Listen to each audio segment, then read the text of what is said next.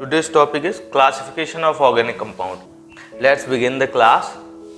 तो हमने पिछली जो क्लास में पढ़ा था वो पढ़ा था हमने कि कार्बन किस तरह से होता है, कार्बन के स्ट्रक्चर्स देखे थे, कार्बन से क्या क्या चीज़ें बनती हैं, कंपाउंड्स कौन से बनते हैं, एलोट्रोपिक फॉर्म क्या होती हैं, उसके स्ट्रक्चर्स कैसे बनते हैं, उसके कंपाउंड्स कैसे बनते हैं। अब हम उनके जो कंपाउंड्स बने थे हम उसका क्लासिफिकेशन करेंगे। बस थोड़ा सा टॉपिक है, छोटी सी बात है और ये तुरंत समझ में आ जाएगा। तो क्लासिफिकेशन ऑफ ऑर्गेनिक कंपाउंड्स।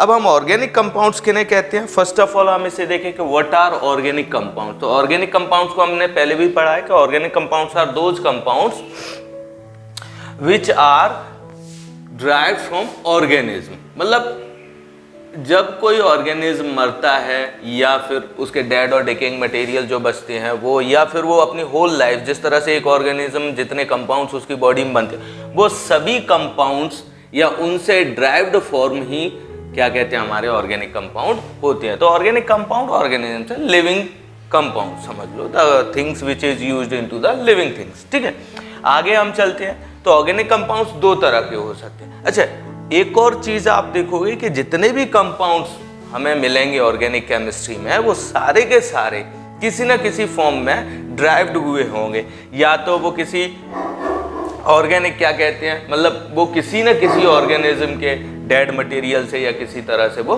आए हुए होंगे। तो सबसे पहले हम इसको ड्राइव करते हैं। ये हो जाता है क्लासिफिकेशन दो में, alicyclic, okay, and the other one is cyclic, alicyclic and cyclic. फिर उसको चेंज हम चेक करते हैं, that is straight chain and branch chain. Cyclic को, साइक्लिक मतलब जो रिंग स्ट्रक्चर्स बनाते हो, एलिसाइक्लिक जो हमारे चेन फॉर्म में होते हो, ओपन चेन फॉर्म में होते हो। तो साइक्लिक को हम दो में डालते हैं, homocyclic and heterocyclic. Homocyclic, homo word मतलब होता है सेम, ठीक है, एक जैसा जहां पर हो तो फिर हम उसे होमोसाइक्लिक बोलें। हीट्रोसाइक्लिक वो हो जाते हैं जहां पर साइकिल चेंज होती हो या किसी दूसरी चीज से जुड़ती हो, ठीक है, या साइकिल में किसी तरह का बदलाव आता हो circulation. Homocyclic is just change into the alicyclic and aromatic, and aromatic is just divide into the benzoid and non benzoid. Aromatic कौन से हो गए, जिनमें से, एरोमेटिक वर्ड का मतलब, एरोमा का मतलब होता है खुशबू, तो जिन कंपाउंड्स में से खुशबू आती हो हम उन्हें एरोमेटिक कंपाउंड्स बोलते हैं। फिर हमारा आता है बेंजोइड। बेंजोइड मतलब जिनमें बेंजीन रिंग या बेंजीन का किसी तरह से कॉम्बिनेशन हो या बेंजीन हो उन्हें बेंजोइड, और जिनमें बेंजीन ना हो उन्हें हम नॉन बेंजोइड बोलते हैं। ओके, अब हम बात करते हैं दूसरे। अब हम फिर से शुरू अपने उनको एक एक को उठाते हैं, ठीक है। First of all we are going on to the alicyclic और open chain compound. Open chain compound जिनकी चेन जो है जब कार्बन कार्बन से अटैच्ड हो तो ये किसी तरह से एक दूसरे से दोबारा अटैच नहीं हो रहा है, ये लौट करके कोई रिंग फॉर्मेशन नहीं कर रहा है। ओपन चेन कंपाउंड्स सारे के सारे, जैसे मीथेन, मीथेन तो ऑब्वियसली वन कार्बन होता है, तो ethane, propane, butane, pentane, hexane किसी भी तरह के होते हैं, ठीक है। ये सभी के सभी ओपन चेन कार्बन हो सकते हैं, लाइक दिस। ये ईथेन का स्ट्रक्चर है, ओके, ईथेन का स्ट्रक्चर है, ये कंपाउंड इस तरह का भी हो सकता है। अब हमारा कंफ्यूजन एक्चुअली, जैसे हमारे स्ट्रक्चर्स होते हैं ये जस्ट स्ट्रेट फॉरवर्ड इस तरह से दिखता है, बट हमारे ये स्ट्रक्चर्स ऐसे नहीं होंगे, ये हमारे स्ट्रक्चर्स थोड़े से टिल्टेड होंगे, क्योंकि अगर ये ऐसे रहेगा तो हाइड्रोजन हाइड्रोजन रिपल्शन बढ़ जाएगा, यहाँ भी हाइड्रोजन हाइड्रोजन रिपल्शन बढ़ जाएगा, तो ये थोड़े से घूमे हुए होते हैं, ठीक है, थोड़े से घूमे हुए होते हैं। अभी हम देखेंगे दूसरी लॉन्ग चेन, तो कार्बन हमेशा ऐसे तिरछे जुड़ते हैं, ना कि इस तरह से स्ट्रेट फॉरवर्ड में। बट हमारा जो रिप्रेजेंटेशन है, जो हमने पिछली बार पढ़ा था कि it is represented like this. तो ये हमारा प्रोपेन हो गया, इट कंटेन द 3 कार्बन। हमने बेसिकली पहले हमने देखे ही थे कि 1 carbon is called methane, ethane, propane, butane, तो इस तरह से, ठीक है। अच्छा, ये बताओ पीछे पीछे, प्रोपेन हो गया, ये ब्यूटेन है 4 कार्बन का, ठीक है, और ये पेंटेन हो गया, it contain the 5 carbon, 1 2 3 4 5 carbon, and the hexane 1 2 3 4 5 and 6 carbon. Hexane n लगती है अल्केन्स, जिनमें सिंगल बॉन्डेड हों सभी चीजें, हमने पिछली क्लास में भी पढ़ा था, हम उन्हें एन लगाते हैं, हेक्सेन्स वगैरह अल्कीन्स बोलते हैं। जिनमें डबल बॉन्ड आता है उन्हें हम अल्कीन्स बोलते हैं, और जिनमें ट्रिपल बॉन्ड आता है हम उन्हें अल्काइंस बोलते हैं।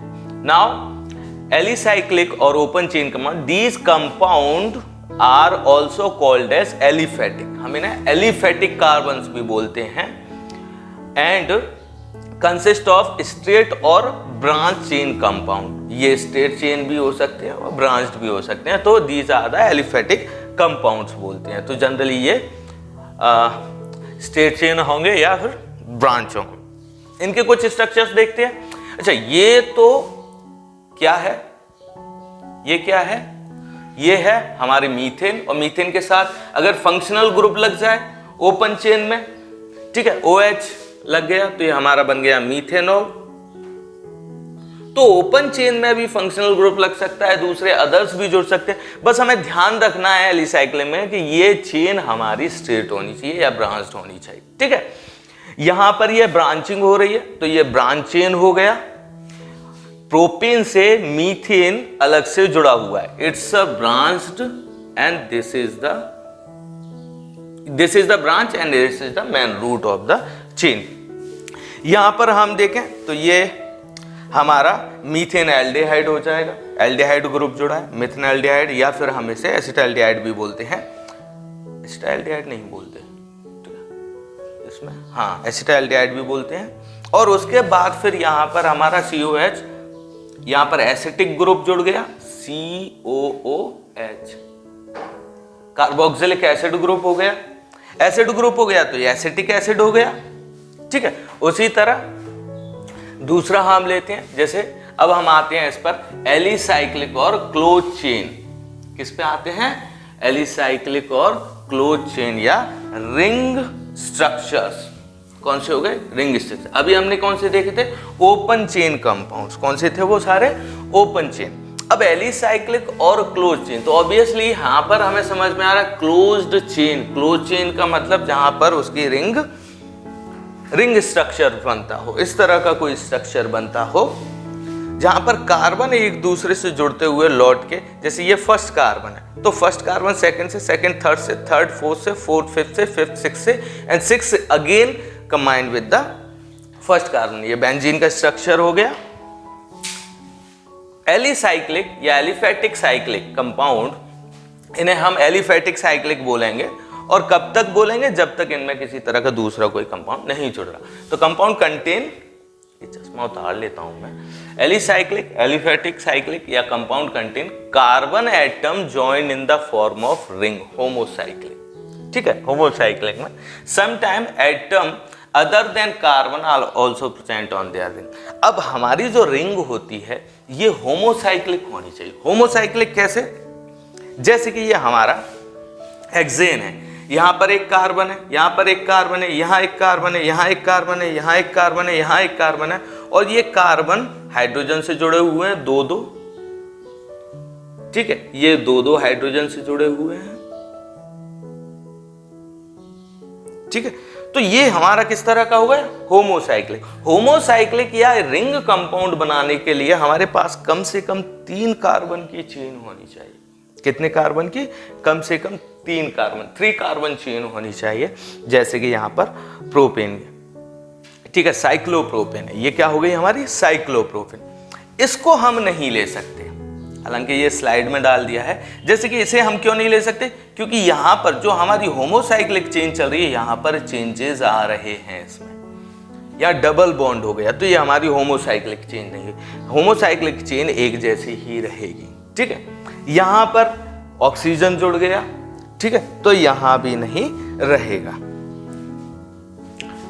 ठीक है, नेक्स्ट हम लेते हैं एरोमेटिक कंपाउंड। जैसे कि कंपाउंड से हमें पता चलता है एरोमेटिक, लैटिन वर्ड में एरोमेटिक का मतलब होता है एरोमा। ठीक है, aromatic compounds are those compounds which have the good smell, जिनमें से स्मेल आती हो, एक खुशबू आती हो। एरोमा मतलब होता है खुशबू। ठीक है, these include benzene and other related ring compound, जैसे benzenoid. Like alicyclic compound, aromatic compound may also have heteroatom in the ring, such compound are called heterolytic compound. Example, अब इसमें हो क्या जाएगा कि जो हमारे बेंजोइड और एरोमेटिक कंपाउंड्स हैं उनमें हमारा जो रिंग स्ट्रक्चर है, जैसे कि हमारे यहाँ पर बेंजीन है, तो पहला एरोमेटिक कंपाउंड बेंजीन में से भी क्या कहते हैं, स्मेल आती है, गुड स्मेल आती है, और ये बेंजीन हो गई।